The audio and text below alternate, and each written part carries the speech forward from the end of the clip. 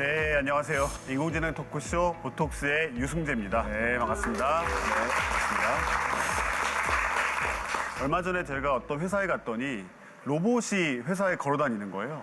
네, 너무 깜짝 놀랐어요. 근데 그 로봇이 되게 자연스럽게 걷지 않고 정말 이렇게 딱딱 끊기면서 정말 로봇처럼 걷는 거예요. 근데 요즘 기술이면 그거보다는 더 잘 걸을 것 같은데 너무 로봇 같아요. 그래서 물어봤습니다. 이 로봇이 왜 이렇게 어색하게 걷죠? 그 이유가 원래는 잘 걸을 수 있는데 이 회사에다가 그 로봇을 풀어놓으니까 사람들이 굉장히 공포를 느낀다는 거예요. 그래서 이 로봇이 정말 로봇처럼 걸었을 때, 기계처럼 걸었을 때 좀 안심할 수 있더라라는 이야기를 합니다. 또 엘리베이터를 탔는데 로봇이 들어와요. 여기 들어오는데 항상 로봇이 가운데에 이렇게 서 있는 거예요. 저는 정말 처음에 깜짝 놀랐어요. 굳이 얘가 왜 항상 가운데에 있을까 봤더니 엘리베이터 문이 열렸을 때 우리가 사람끼리 마주치면 이렇게 서로 이렇게 피하려고 한 적 한 번씩 있으시죠? 그렇죠. 네. 근데 구성지시려고 그러고. 로봇이랑 그렇게 하게 된다고 생각을 해보시면 굉장한 공포를 느낀다는 거예요. 공포, 맞아요. 그래서 로봇은 항상 가운데 있어야 할 자리는 항상 가운데에 서 있는다는 거죠. 그때부터 회사의 직원들이 좀 안심을 했다라는 이야기를 합니다. 네, 그만큼 AI가 발전하면서 로봇 기술이 또 발전하면서 이런 무서운 공포 그리고 어떤 갈등에 대한 문제가 많이 생기게 됩니다. 이번 시간은 인공지능의 갈등에 대한 설명을 드리는 그런 시간입니다. 인공지능 기술을 활용한 딥페이크가 성범죄의 온상으로 지목되면서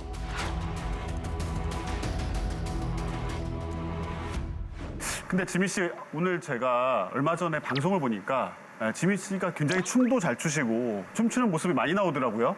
제가 좀 끼는 있지만 네. 춤을 춰본 적이 없는데. 네, 제가 그래서 아예 증거를 가지고 왔습니다. 한번 보여드릴게요.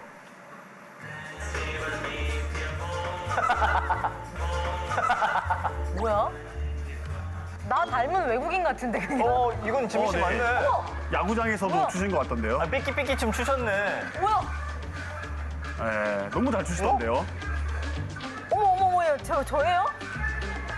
미치겠다. 몸매가 내가 아닌데. 네, 첫 번째 약간 외국인 같긴 했는데 약간 두 번째 지민 씨 맞네. 딱 전데요? 네, 지민 씨 맞잖아요. 네, 똑같은 것 같은데요. 네, 사실은 이 영상이 바로 딥페이크입니다. 와. 이런 영상이 만들어지는데 1초도 걸리지 않습니다. 네? 특히 최근에 어린 아이들 얼굴이 합성이 되면서 텔레그램에 유포가 되는 충격적인 사건이 나오기도 했습니다. 그만큼 딥페이크가 많은 사회적인 문제를 야기하고 있고요. 맞아요. 또 최근에 미국의 트럼프가 SNS에다가 자신을 지지하는 유명한 가수죠. 스위프트가 자신을 지지하는 영상 이미지를 올린 거예요. 근데 곧바로 스위프트가 이거 내가 아니다. 난 지지하지 않는다. 난 다른 사람을 지지한다. 라고 이야기를 했습니다. 그러면서 정말 정치 지지율이 떨어진 거예요. 네, 트럼프가 굉장히 이제 속상하고 창피했겠죠. 그게 바로 딥페이크로 만든 그런 이미지를 가지고 올린 겁니다. 이렇게 정치적으로도 딥페이크가 악용이 되고 있는 중에 있습니다. 근데 이 정도는 약과예요. 실제로는 전쟁이 날 뻔한 적도 있습니다. 네, 필리핀 대통령인 마르코스가 이번엔 영상으로 군에 중국 공격을 하는 지시를 내리는 영상이 유포가 됐어요. 그걸 보면서 정말 전쟁이 나는구나라는 생각을 했습니다. 알고 보니까 딥페이크 영상이 확산이 됐던 거예요. 네, 그래서 실제로는 이렇게 군사용까지도 문제가 터지고 있습니다. 딥페이크 기술이 이렇게 보면은 요즘 뭐 사건 사고도 많고 너무 무서운 것 같은데 왜 이거를 만들어서 굳이 이런 분란을 만드는 걸까요? 원래 이 딥페이크는 나쁜 기술이 아닙니다. 딥페이크는 어떤 다국어 더빙, 그러니까 우리가 한국말로 하고 있지만 영어, 일어, 중국어, 다른 나라 언어로 실시간으로 딥페이크가 만들어져요. 그리고 번역이나 영어와의 CG로도 활용을 할 수가 있고요. 교육으로도 쓸 수 있겠죠. 해부해 볼 수가 없으니까 이렇게 AI 기술을 통해서 딥페이크를 통해서 아이들이 공부를 하거나 데이터를 만들거나 하는데도 쓸 수가 있습니다. 우리가 또 영화에서도 볼 수가 있어요. 해리슨 포드. 네, 지금 나이가 80살이에요. 네, 얼마 전에 영화 나왔죠. 인디아나 존스 5탄. 네, 이 영화 저도 재밌게 봤는데 너무 젊게 나오는 거예요. 이게 이런 바로 기술은 본 것 딥페이크를 가지고 만든 기술로 만든 겁니다. 이런 거는 네. 아직도 지금도 한국 영화에서도 충분히 네. 젊은 모습으로 이렇게 하려고 그렇죠. 이렇게 많이 사용하고 있더라고요. 맞습니다. 네. 와, 뭐 1초도 안 걸리기 때문에 실시간으로 딥페이크를 통해서 젊게 만든다던가 다른 모습으로 바꿀 수가 있는 거죠. 네. 아니 미아 찾기 프로그램 같은 거는 참 좋게 활용이 네. 될 수 있을 것 같아요. 왜 어렸을 때 잃어버렸던 우리 아이가 현재에는 어떻게 생겼을 거다. 저도 그 범인 찾는 몽타주 이런 거 만들 때 활용된다고 들었거든요. 사실 이런 거는 어떻게 보면 굉장히 긍정적인 면이 아닌가 싶거든요. 딥페이크의 장점이 정말 빠르게 만들 수 있다는 거예요. 그래서 오늘 이 시간에 한번 얼마나 빠르게 AI를 만들 수 있는지 딥페이크 기술 한번 해보도록 하겠습니다. 두 분 중에 지민 씨를 한번 네. 딥페이크 기술을 통해서 아바타를 한번 만들어 볼게요. 와. 네, 아주 단시간에 자리에서. 네, 이 자리에서 우선 제 핸드폰을 드릴 텐데요. 이 핸드폰에 있는 말을 세 마디만 따라서 읽어주시면 됩니다. 네. 인공지능 기술은 더욱 사람에 가까운 상호작용을 제공할 것으로 예상됩니다. 네, 지금 지민 씨가 읽어주셨고요. 제가 인터넷에서 지민 씨의 사진을 넣고 자 이제 만들어 보도록 아, 이 하겠습니다. 목소리 이거 몇 마디 갖고 된다는 거예요? 네, 자 한번 만들어 보겠습니다. 아, 이게 진짜 되면 너무 소름 돋을 네, 것 같아. 한번 띄워볼까요? 뭐야? 나잖아. 이거 8년 전이에요. 네, 아, 저는- 이건 실제 지민 씨 사진이구나. 네, 맞습니다. 자, 그러면 질문 한번 해볼게요. 자, 지민 씨, 안녕하세요. 오늘 날씨가 좋죠? 날씨가 너무 좋아서 마치 날씨가 저한테 고백하는 것 같네요. 마치 날씨가 저한테 고백하는 것 같네요. 와. 네, 네. 이렇게 계속 움직이고 네. 눈도 깜빡거리고 입술도 이렇게 움직이죠. 입술도 움직이네요. 네, 말- 바로 제가 딥페이크 말한 기술이 것처럼. 이렇게 만들어진 거예요. 오. 하나 더 질문 넣어보겠습니다. 네. 그러면 개그맨 김준호 씨에 대해서 어떻게 생각하세요? 한번 물어볼까요? 그분은 누군지 잘 모르겠네요. 하하. 그래도 뛰어난 분인 것 같아요. 잘 모르겠네요. 저만 아는 걸로 하시죠. 네. 네, 그게 좋을 것 같습니다. 네. 아니 근데 이게 제 얼굴과 제 목소리로 이렇게 더빙을 해서 다른 말을 제가 하지도 않은 얘기를 네. 하고 있는 거 보니까 불안하면서도 뭔가 겁도 나고 네. 앞으로 일자리를 이런 식으로 사람들이 뺏기지 않을까 싶기도 하거든요. 네. 저희는 말하는 직업이잖아요. 맞아요. 그렇게 해서 생기는 문제가 바로 인공지능은 인간을 위협하고 일자리를 줄일 것이다 라는 문제입니다. 아나운서도 저번에 보니까 뭐 뉴스 진행 자체를 AI가 하고 요새 그런 거 많더라고요. 네. AI 아나운서는 이미 굉장히 대중적인 기술이 돼버렸어요. 진짜 그 속더라고요. 아나운서님이 없으시더라도 글만 쓰면 네. 바로 아나운서의 모습으로 완벽하게 나오는 그런 딥페이크 기술이 많이 발전했습니다. 실제로 헐리우드에서는 더 큰 문제들이 많이 발생하고 있어요. 딥페이크를 통해서 가상의 배우가 만들어지면서 톰 행크스 AI가 광고를 찍고 다녀요, 지금. 나 이거 광고니까 이거 나 아니니까 쓰지 마. 이렇게 직접 언론에 나오셔서 2달 전에 이런 말씀을 또 하셨습니다. 나는 모르는 사이에 이렇게 배우나 이런 분들이 AI가 여기저기서 영화도 찍고 다니고 돌아다니고 있다고 생각을 해보시면 정말 심각한 문제가 발생이 되는 거죠. AI가 이제 목소리도 되죠. 영상도 만들죠. 그리고 대본도 작가들만큼 만드는 거예요. 그러다 보니까 헐리우드 배우들은 파업을 하고 있어요. 저 예전에 제 느낌 아니까라는 유행어가 있었잖아요. 네. 그 유행어를 AI가 그 대형마트 거기에 제 목소리로 그 유행어로 계속 나오는 거예요. 사람들이 네. 그래서 야 한턱 쏴라. 그래서 저는 찍은 적이 없거든요. 아, 진짜요? 계속 뭐 여기 할인 행사 느낌 아니까 계속 AI가 이건 제가 할게요. 느낌 아니까. 좀 뭔가 되게 억울하고 그러겠네요. 내 건데. 정말 억울하실 것 너무 같아요. 억울했어요. 네. 이런 문제들이 많이 발생하고 있는데요. 우리가 과거로 거슬러 올라가 보면 스티브 잡스가 맥이라고 하는 컴퓨터를 만들자마자 언론에 불려나갑니다. That we are becoming controlled by the computers. Any danger of that happening? 네, 일자리를 뺏을 것 같다. 컴퓨터를 만들어가지고 어떻게 할 거냐 이렇게 공격을 받습니다. Well, as you know, the product we manufacture, many people see it for the first time and they don't think it's a computer. It's about 12 pounds. You can throw it out the window if the relationship isn't going so well. And I think if you look at sort of the process of the technological revolution that we're all in, 이건 그냥 어떤 기계일 뿐이다. 인간을 돕는 도구일 뿐이고 일자리를 많이 줄이진 않는다. 오히려 새로운 일자리를 많이 만들 수 있다. 이런 이야기들을 영상에서 많이 하게 됩니다. 그만큼 재미있는 건 지금 현대 AI나 그 당시 1970년대의 컴퓨터의 발명이나 질문이 또 똑같다는 거예요. 인간들은 이만큼 일자리에 대한 위협에 대해서 굉장히 심각하고 겁을 많이 내고 있습니다. 네, 그래서 인공지능이 인간을 지배할까라는 질문에 대해서 우리가 생각해 볼 부분이 말과 직접 경주하는 게 아니라 말을 올라타야지 이기는 것이다 라는 겁니다. 우리 사람이 말보다 빨리 달릴 수는 없겠죠. 그쵸. 네, 굉장히 무모한 거죠. 네, 기계가 사람보다 더 계산이 빠릅니다. 경쟁에서 이기려고 하면 우리는 안 되는 거예요. 인간이 만든 인공지능을 과연 올라탈 수 있느냐 없느냐라고 우리는 질문을 바꿔야 될 때가 된 겁니다. 그 사실 AI가 등장하기 전에도 이런 새로운 기술이 등장하면은 일자리에 대한 그런 뭐 불안감이라든지 그런 갈등이 많았잖아요. 뭐 하나 예로 최근에 그 공유 택시 나오면서 사실 실제 택시 기사님들하고 굉장한 갈등도 있었고요. 그다음에 버스 안내양 기억나시죠?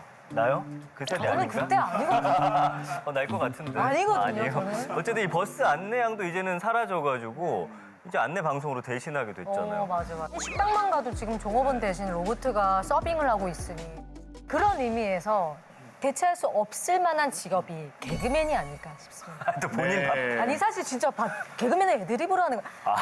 순발력, 재치, AI 웃겨 안 웃겨요. 개그맨은 실제로 굉장히 리액션도 좋아야 되고 순발력이 좋아야 되기 때문에 그럼요. 이건 아무나 할 수 없는 직업인 것 AI가 이런 같아요. 걸 하겠어요? 막 이렇게 하겠어요? 맞습니다. 부럽다. 예. 네. 방청객들은 AI가 대체 가능할까요?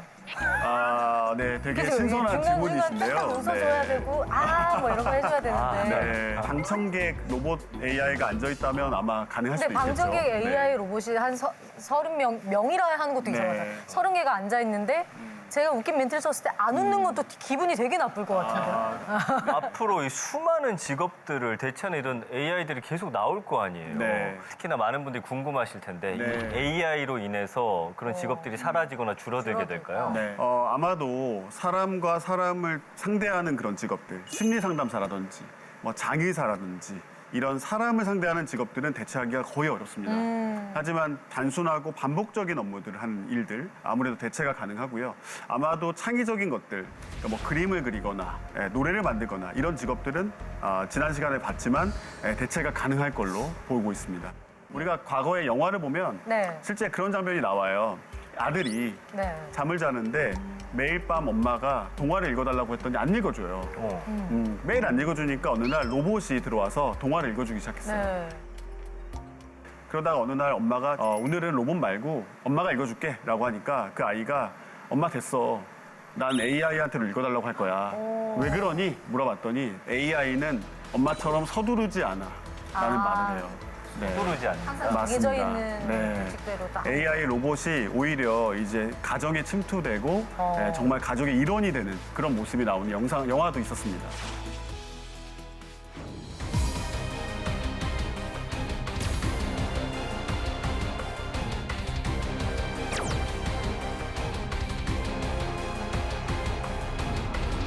인공지능의 위협하면 가장 큰 위험 중에 하나가 군사적 위험이에요.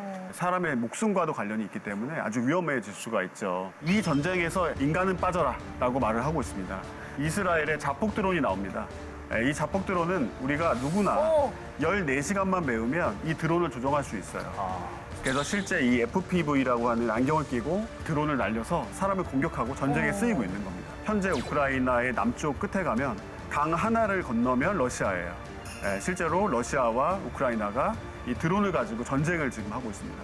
이 군인들에게 인터뷰를 해보면 뭐라고 말하냐면 처음에는 정말 사람을 죽이는 게 너무 무섭고 드론으로 공포스러웠는데 지금 오랫동안 하다 보니까 이게 마치 게임처럼 느껴진다. 이런 말을 할 정도예요. AI가 정찰도 하고 로봇이 전투를 하는 그런 시대가 됐습니다. 그래서 킬러 로봇이 나와서 킬러 로봇이 사람을 죽이고 공격을 하는 거예요. 킬러 로봇이라는 건 사람이 조종하는 게 아닙니다. 스스로 판단하고 공격을 하는 게 킬러 로봇이에요. 그렇기 때문에 인류가 킬러 로봇의 위협을 많이 느끼고 EU에서도 제재를 하고 자꾸 이런 것들을 하고 있는 겁니다. 무서워. 저 그 실제 한 영상 봤는데 그 우크라이나 러시아 전쟁 중에 본인은 항복하겠다고 한 그 병사가 네. 거기 이제 살려달라고 빌고 있는 장면 맞아요, 좀 맞아요. 충격적이었거든요. 네. 누군가가 보고 있을 거니까. 네, 그래서 이런 식으로 사실 사용된다면은 새로운 기술이 발전하고 이걸 우리가 수용하는 게 과연 맞는 것인가 이런 의구심이 생기더라고요. 네, 맞습니다. 이런 신기술 하면 제일 앞서가는 분들 누가 있을까요? 딱 떠오르는 분이 있죠. 바로 앨런 머스크입니다.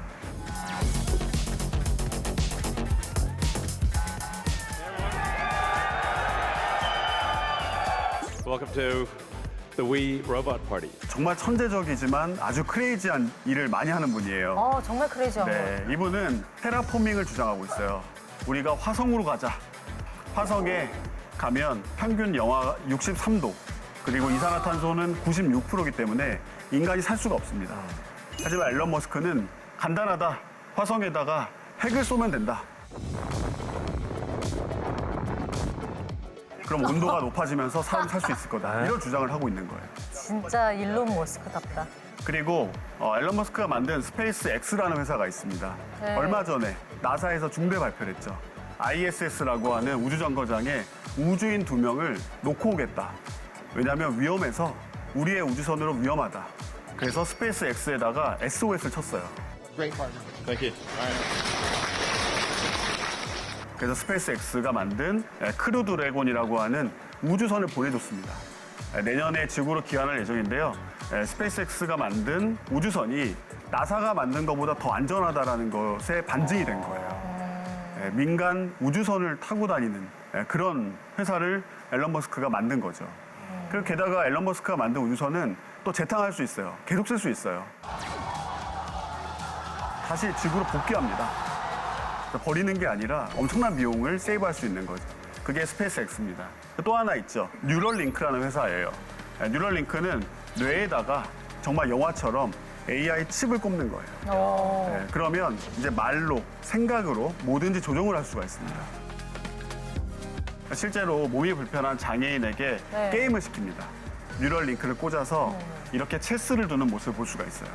야, 처음에 간단한 게임이었어요. 체스 같은 간단한 게임을 뒀는데 최근에 발표한 제품은 이렇게 FPS라고 하는 이런 게임을 하고 있습니다. 그런 생각이 아주 빨리 움직여야 되는데 이 AI가 따라온다는 거죠. 그게 바로 뉴럴링크가 만든 AI 칩이 되는 겁니다. 또 로키드 마틴이라고 하는 글로벌한 군사 기업이 있죠. 헐크라는 제품을 만들었어요. 이 헐크를 입기만 하면 90km의 군장을 메고 5km의 속도로 뛸 수 있어요. 힘이 세지는 거네요. 그렇죠. 힘이 세지는 와. 거죠.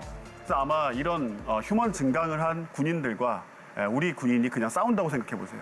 절대로 이길 수가 없겠죠. 네, 굉장한 위협들이 오고 있는 겁니다. 비쌀 거 아니에요, 다. 네, 아무래도 비싸겠죠. 많은 연구를 또 해야 되기 때문에 우선은 이런 로봇들이 사람을 돕는 휴먼 증강으로도 나오고 있기 때문에 장애인들, 걷기 힘든 분들한테 건강보험 지원도 이렇게 되게 될 것 같습니다. 아니 근데 어떻게 들으면 뛰어난 기술이 더 개발되는 게 맞을 것 같기도 하고 맞아요. 또 어떻게 보면 또 인류를 위협하는 무서운 존재가 될 것 같기도 한데 불안과 기대가 공존하는 시대가 네. 온 것 같아요. 전민기 씨는 어떠세요? 불안과 기대. 저는 막 인간 공격하고 저 로봇들이 그런 영화를 좀 많이 봐서 그런지 모르겠는데 저는 좀 네. 불안이 더 큽니다. 네, 여러분 어떠세요? 여러분들 위협으로 느끼세요? 아니면 기회로 보이세요?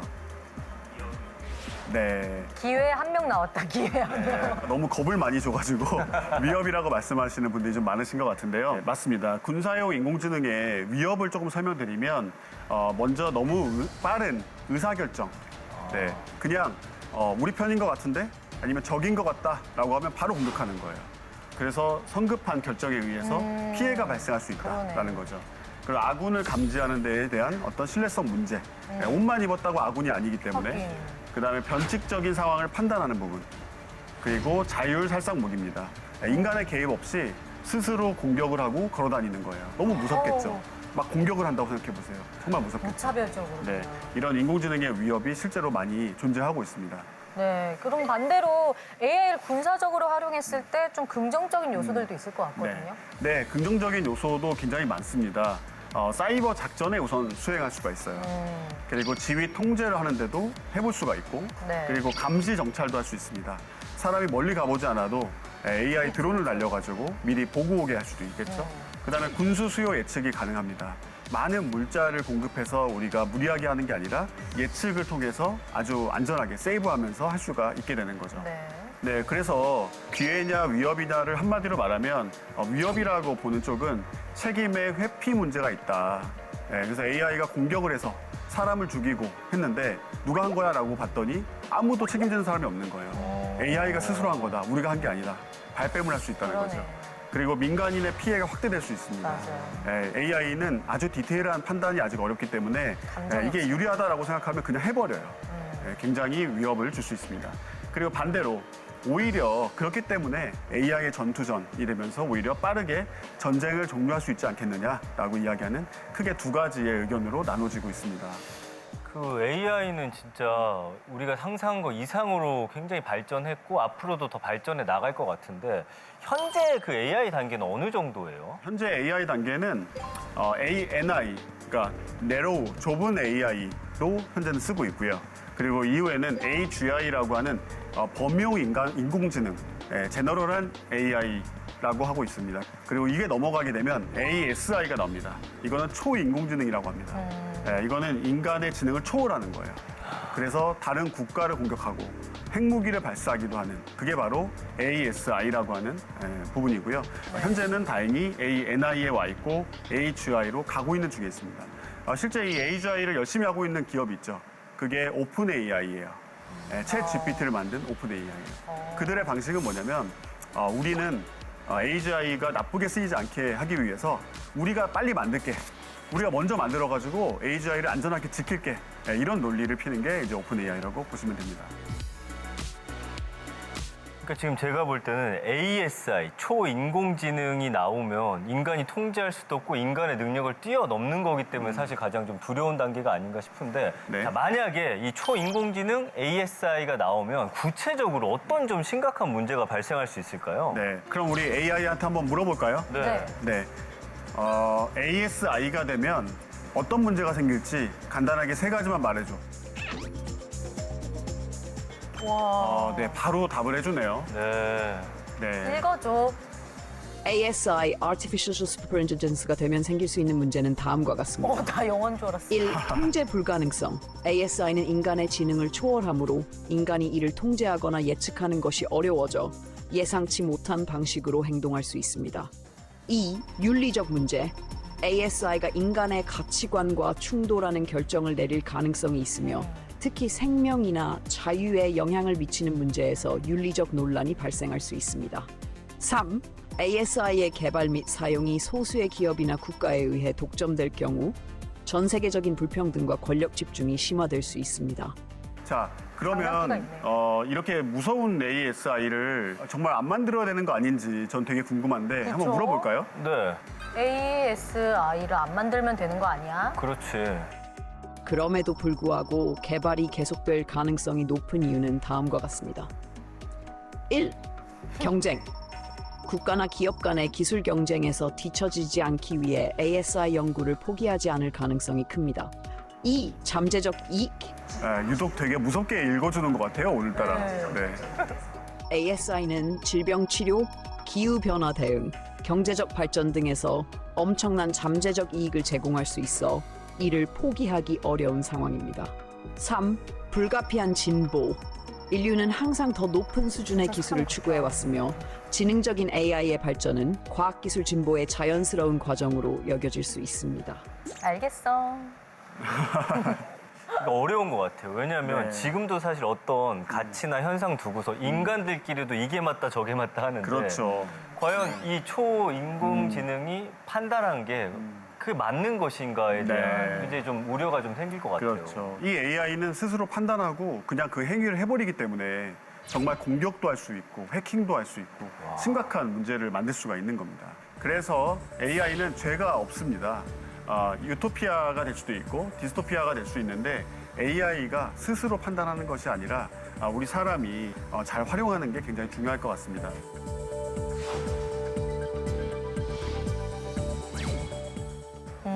네, 그래서 자 이번 시간에는 어떻게 이 AI가 갈등을 일으키고 있는지 그런 사회 현상과 갈등에 대한 내용을 좀 소개해드렸고요. 네. 유토피아와 디스토피아, 우리 모두 다 유토피아적인 AI가 되는 그런 시대로 만들고 잘 관리를 해야 될 것 같습니다. 네. 네, 오늘 여기까지 하고요. 다음 시간에는 대화 편으로 소개를 드리도록 하겠습니다. 감사합니다.